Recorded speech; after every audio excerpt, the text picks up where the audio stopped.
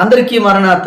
ప్రభునందు ప్రియమైన దేవుని బిడ్డలారా, ఈరోజు దేవుడు మనకు అందిస్తున్నటువంటి వాక్య వాగ్దానం మొదటి సమూయేలు గ్రంథం 12వ అధ్యాయం 22వ వచనములో ఈ విధంగా రాయబడి ఉంది. తన ఘనమైన నామం నిమిత్తము తన జనులను ఆయన విడనాడడు. ప్రభునందు ప్రియమైన దేవుని బిడ్డలారా, తన నమ్ముకున్న బిడ్డలను దేవుడు విడిచిపెట్టే దేవుడు కాదు. ఆయన మీద ఎప్పుడైతే ఆధారపడతామో మనుషులు మనల్ని విడిచిపెడతారు, బంధువులు విడిచిపెడతారు, స్నేహితులు విడిచిపెడతారు, నీ భార్య, నీ భర్త, నీ కుటుంబ సభ్యులు, నీ పిల్లలు నిన్ను విడిచిపెడతారేమో కానీ నిన్ను విడువను ఎడబాయనని సెలవిచ్చిన దేవుడు ఎప్పుడు కూడా మనతో ఉంటాడు. భయంకరమైనటువంటి పరిస్థితులు, కష్టాలు, కన్నీళ్లు, ఇబ్బందుల్లో ఉన్నప్పుడు కూడా దేవుడు మనకు తోడుగా ఉంటాడు. వాటన్నిటి నుండి మనకి విడుదలనిస్తాడు. అందుకనే తన జనులను ఆయన విడనాడడు. అందుకనే ఇశ్రాయేలు జీవితంలో మనం చూసాం, వారిని దేవుడు విడిచిపెట్టలేదు.